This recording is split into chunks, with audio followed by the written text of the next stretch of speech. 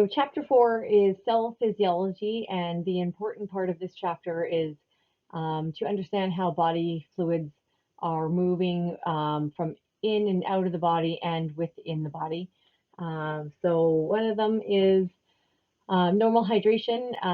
Animals take in water by eating and drinking, and basically what comes in goes out in a normal system. So one of the things we monitor for animals is ins and outs.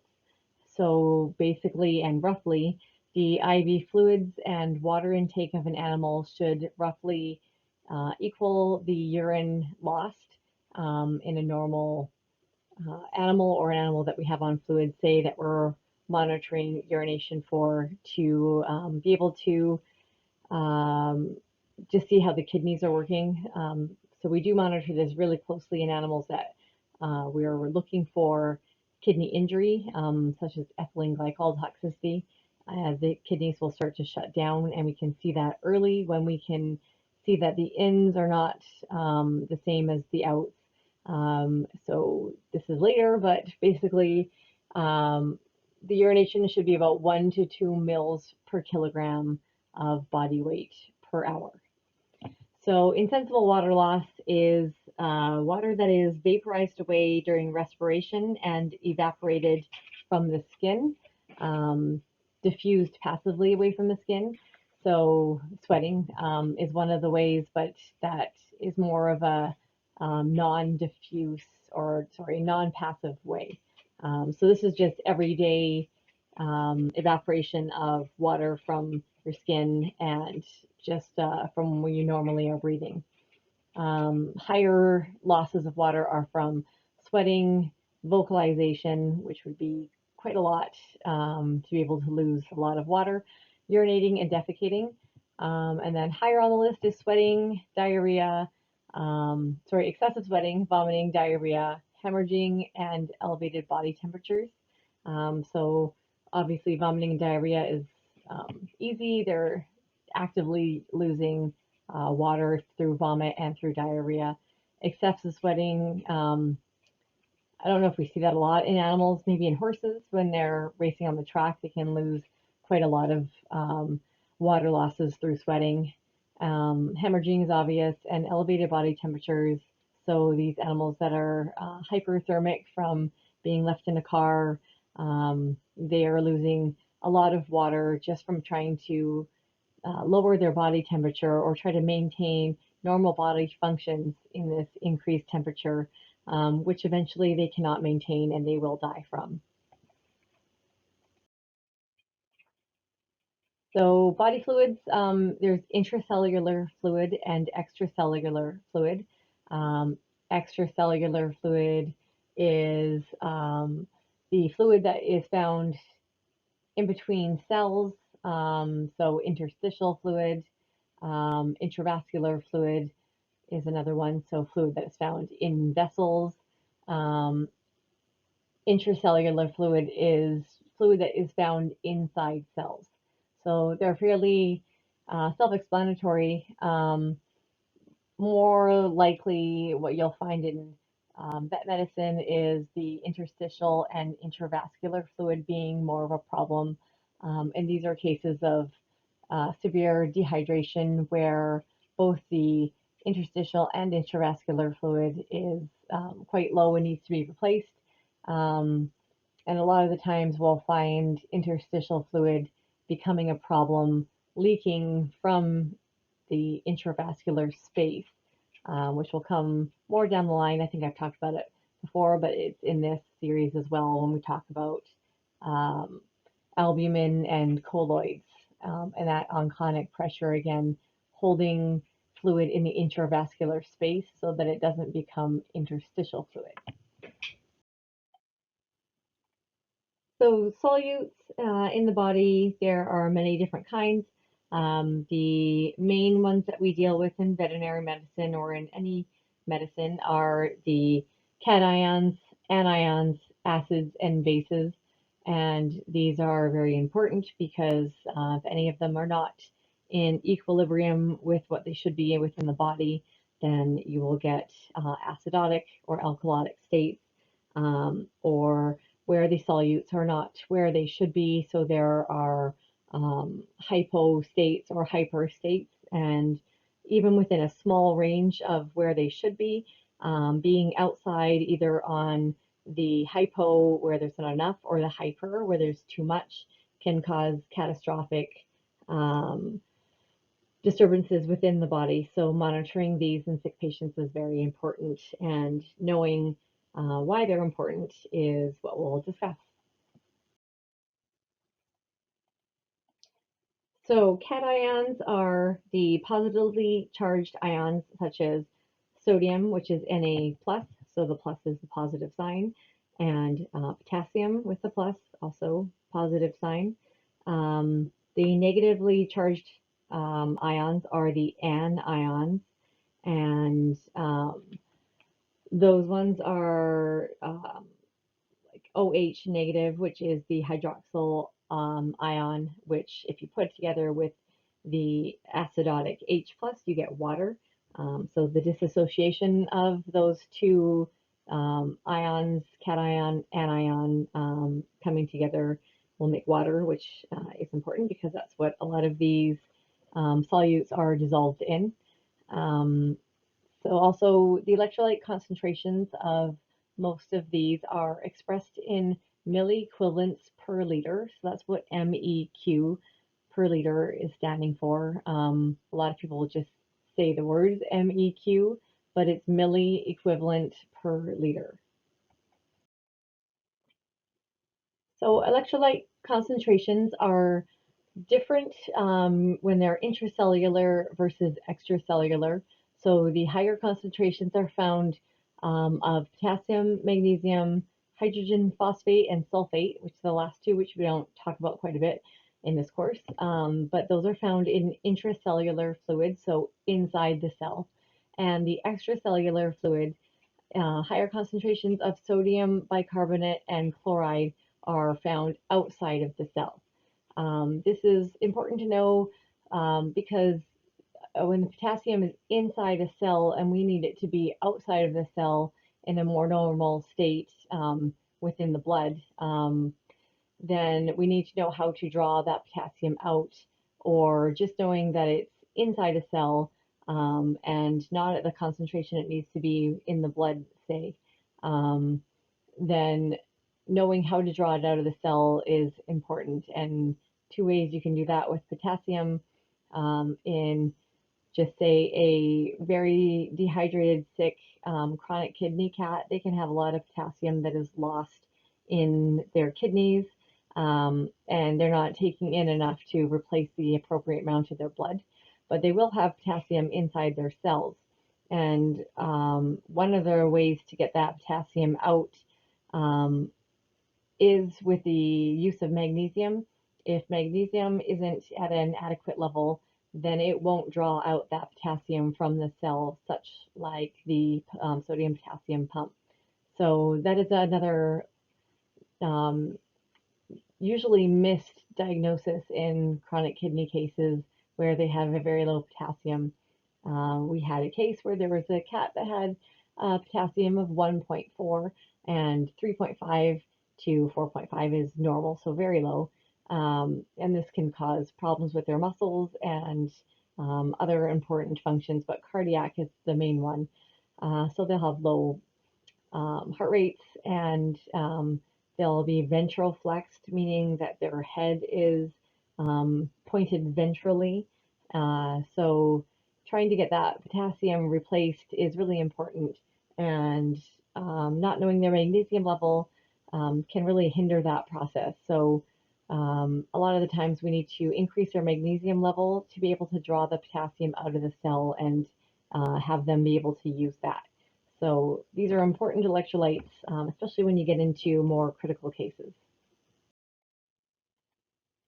So again, acids and bases are important in veterinary medicine, again, a lot for their critical cases, but understanding how these work in the body and how dangerous they can be, even if they're at a little bit outside of the level, either on the acidic side or the alkaline side. So the more free H plus ions in a solution, the greater the acidity. So hydrogen ions, H plus ions, are what is found in gastric juice. So that is what will help break down food, and it is very acidic. It's also why when an animal is vomiting or regurgitating a lot, we worry about the erosion of their tissues in their esophagus, and forming ulcers in those areas and in their stomachs too. So gastric juice has a pH below 7, so it's very acidic. Pure water is a pH of 7, which is neutral, so it's neither acidic or alkalotic. And blood has a pH of 7.4, so that is a little bit above being neutral, and it's more on the alkaline side. Um, so bleach has a pH above 7.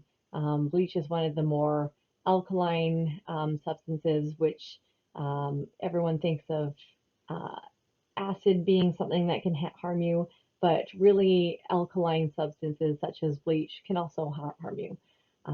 So in your blood, if you have a state where you're too acidic or too alkalotic, your cells can't function properly, and it doesn't take very much of a shift in the acidity or alkalotic states to become important and become something that's detrimental to having normal body functions perform normally. More like having cellular um, activity be able to perform properly.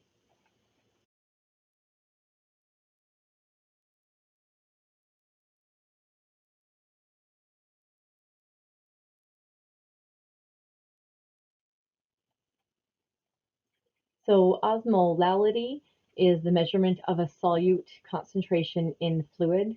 Having a high osmolality is having a high concentration of solutes, and that can mean that there's too many solutes in the solution, but more often it means that there are too high of a concentration of the solutes and too low of the fluid in that space. Usually we're talking about blood.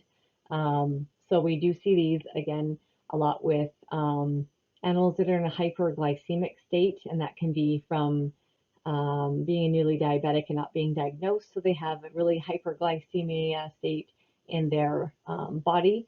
So that is causing a high osmolality because they have a high concentration of glucose, being the solute, and this is a problem. And it's another one that is a little bit rare, but not as rare, and very much underdiagnosed in clinics that are not familiar with this. Um, Diabetic ketoacidosis is something I talk about a lot because it has all of these solutes and ions and cations, and how important all of their metabolic functions are in keeping the acidic state normal, because diabetic ketoacidosis, they are acidotic. So it's a big problem. I have seen animals die from just being untreated. Hyperglycemia in osmolality, that can cause a whole different syndrome where they don't have ketones, so they're not diabetic ketoacidosis, but they have hyperosmolar syndrome. So they have hyperosmolar, so more than high osmolality because they have a really high concentration of glucose. So that's one of them. So this also can be found in poisoning by ethylene glycol. It's kind of the same ketoacidosis type acidotic state, and the use of steroids.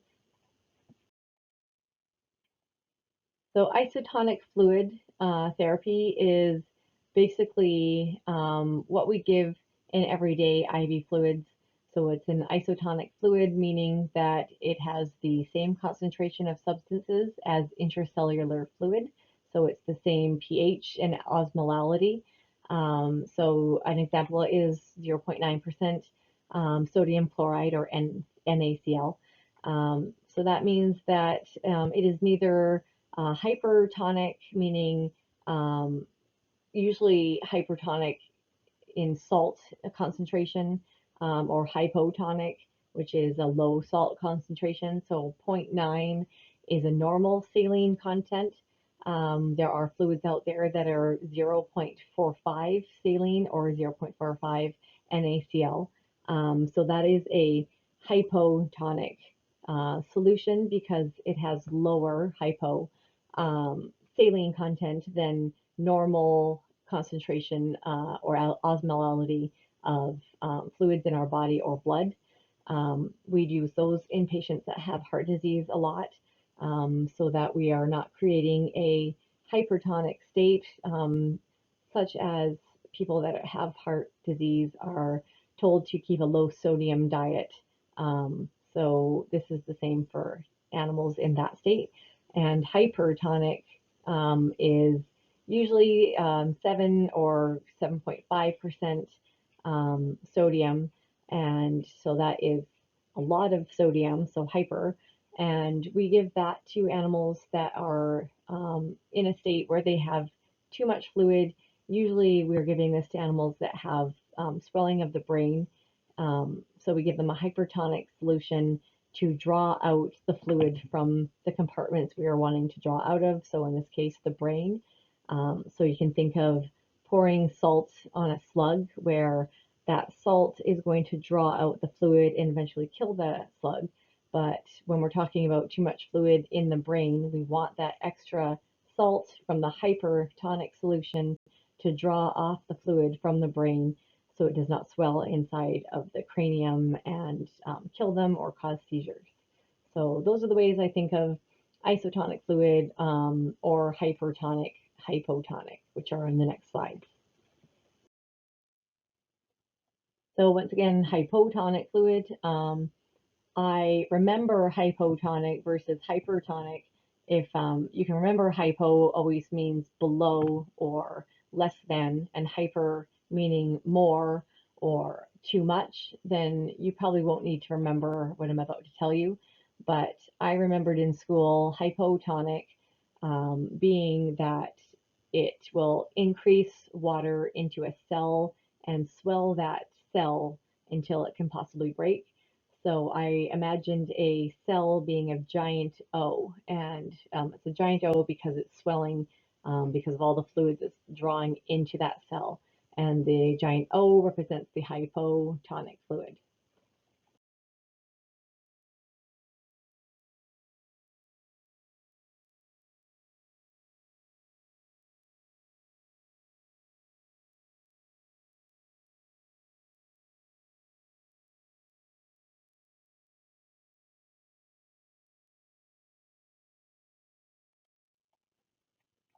So edema is the word that is used for describing an abnormal excess accumulation of fluid in tissue.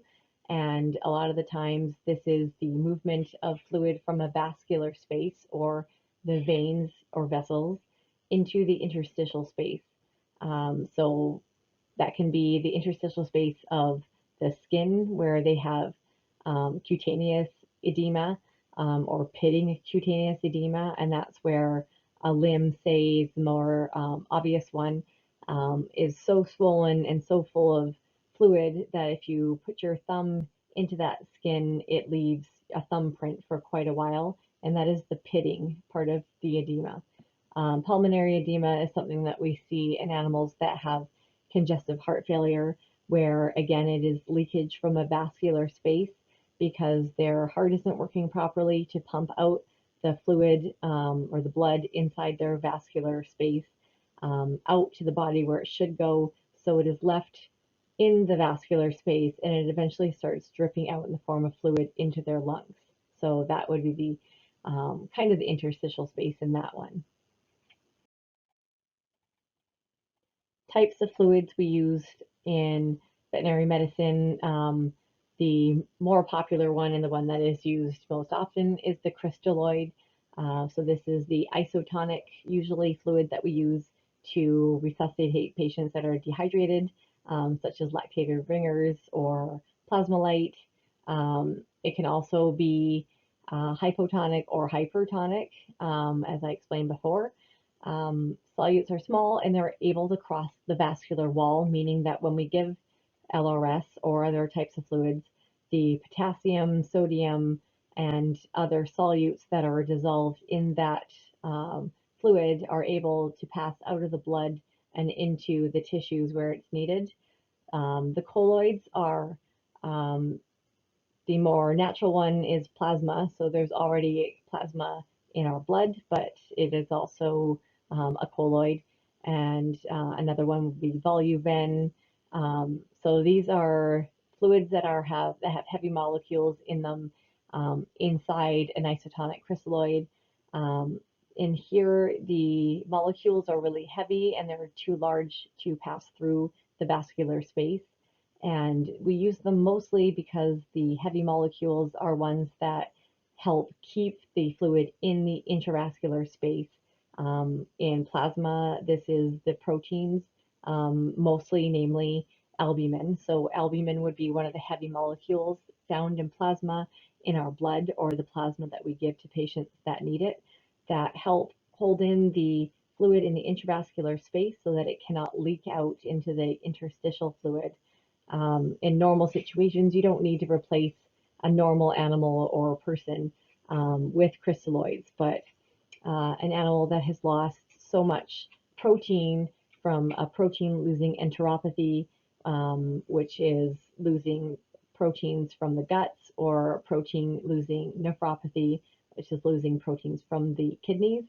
So again, parvo is one where they're losing from their guts, and they begin to have such a low concentration of albumin and other proteins that they need it replaced by having a plasma transfusion so that they can keep that fluid in their veins where it's needed to help rehydrate them and stop it from leaking out into their interstitial spaces where it's not doing anything to help the rehydration process.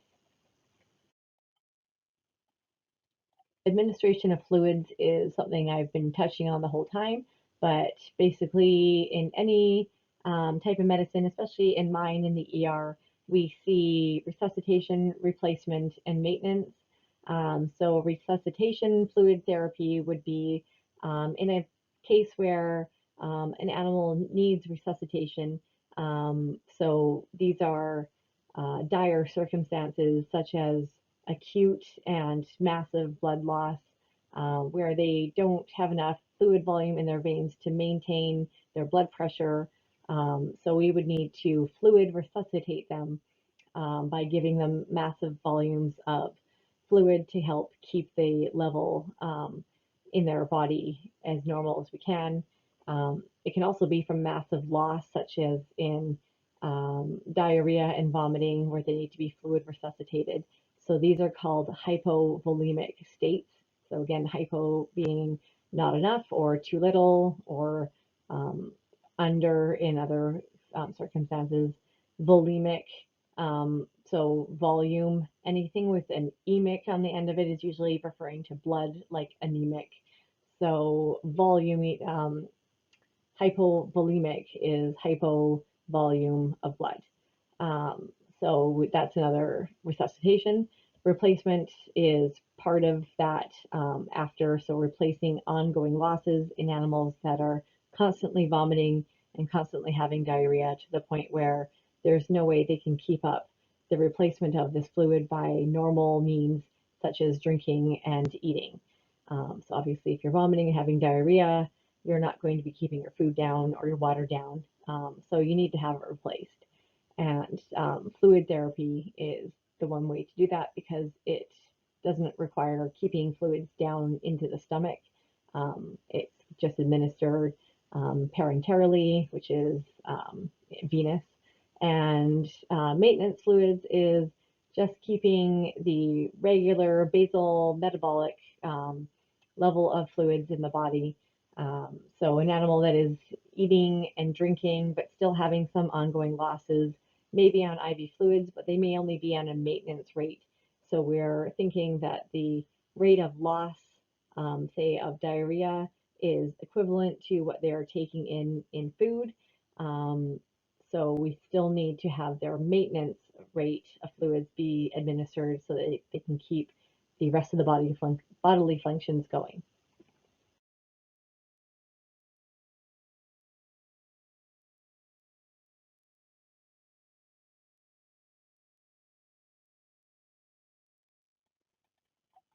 I think these are somewhat self-explanatory. The absorption of nutrients or excretion of waste through a plasma membrane is either a passive process where it does not require any energy, an active process where it does require energy in the form of ATP.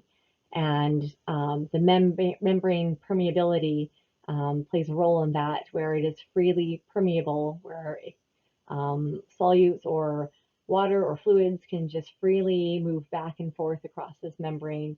It is selectively permeable, where it's not just free to be able to go back and forth. It needs to have a selective process where it only allow certain solutes or fluids to move through. And impermeable means that it does not have a membrane that will allow fluids or ions or other solids to pass.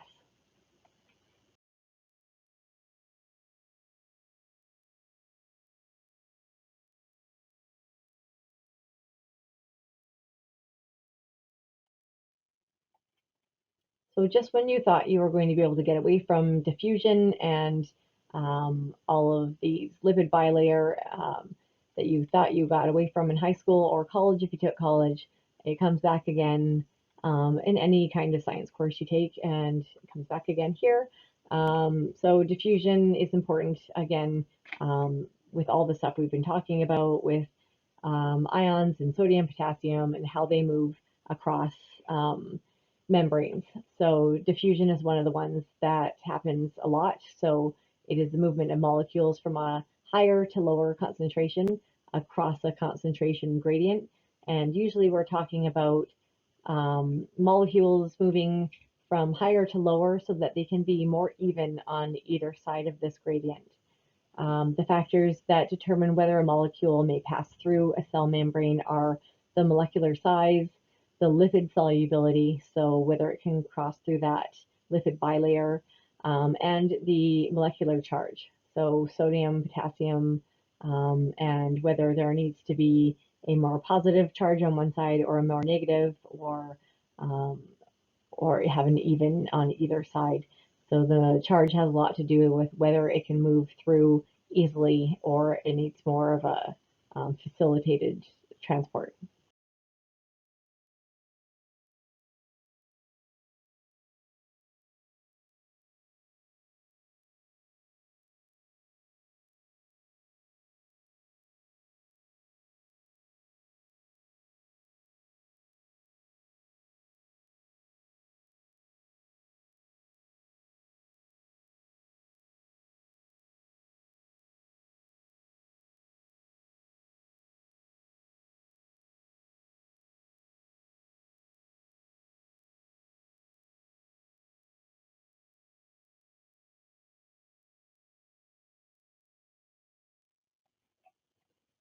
Oncotic pressure is the difference between the osmotic pressure of blood and the osmotic pressure of interstitial fluid or lymph. So that is what oncotic pressure is. This fluid balance between the blood and lymph in vessels and the fluid in surrounding tissues is important, because if one has a higher pull than the other, then it will not allow fluid to leave one space and go into the other, or it will draw fluid out of one space into the other. So in that case, it goes back to, again, edema, where if the osmotic pressure of interstitial fluid is higher than the osmotic pressure of blood, it's going to draw the fluid from the vessels in the blood, or from the blood within the vessels into the interstitial space. When we are talking about ascites and oncotic pressure, in this case, it is somewhat similar to the protein molecules in the blood plasma holding that fluid in the vascular space. It is similar to the liver. The liver makes these blood proteins, just as a side note, but it also happens in liver failure, where the level of the plasma proteins become low enough that the fluid moves across the vessel walls surrounding the liver into the open body cavity where it leaks out. So the open body cavity in this space, in this scenario, is the peritoneum. So instead of fluid leaking out of the vessels into the interstitial tissues, the fluid is leaking from the liver, say, because it isn't having enough proteins in there to hold the fluid in, and it is leaking from there into the abdomen or the peritoneal space. And now this fluid is called ascites. Often it is a yellowish tinged fluid or straw-colored fluid, or it can have a serosanguinous, which meaning slightly pink tinged or blood tinged fluid that is found inside the abdomen.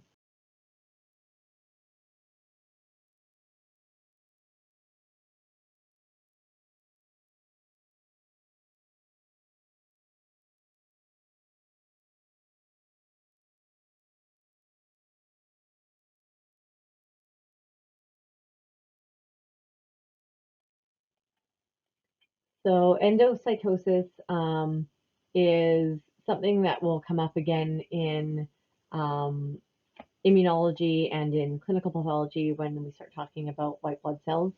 But it is the transport of large particles or liquids into a cell by engulfing them, and it falls under the cytosis headline, which is bringing nutrients into a cell or ejecting waste. It is an active transport cytosis, which requires ATP, so it is active. And so endocytosis meaning going into the cell, exocytosis meaning going out of the cell. So the more you learn about your veterinary terminology and begin to remember endo meaning in and exo meaning out, the easier these terms will become. Most people know exoskeletons, so animals that have their skeletons on the outside. So if you can remember that, you'll probably remember everything else. We, of course, have an endoskeleton inside. So for phagocytosis, this is one of the processes that white blood cells use to engulf and ingest basically bacteria, viruses, and other foreign material. Penocytosis is engulfing liquid, so meaning drinking. So penocytosis is drinking. And receptor-mediated endocytosis is a very specific process where there has to be a specific protein in the plasma membrane. And one of the examples that I think is the best one is insulin. So there has to be a special protein on the extracellular on the area for the insulin to bind to. So if that does not exist, then the insulin cannot bind to that cell and it will not take in the insulin and use it. So this is why insulin resistance can happen. So giving them insulin won't work because they do not have that special protein receptor anymore. So I don't think that one is in this course as much, but phagocytosis and penocytosis definitely come up later in immunology.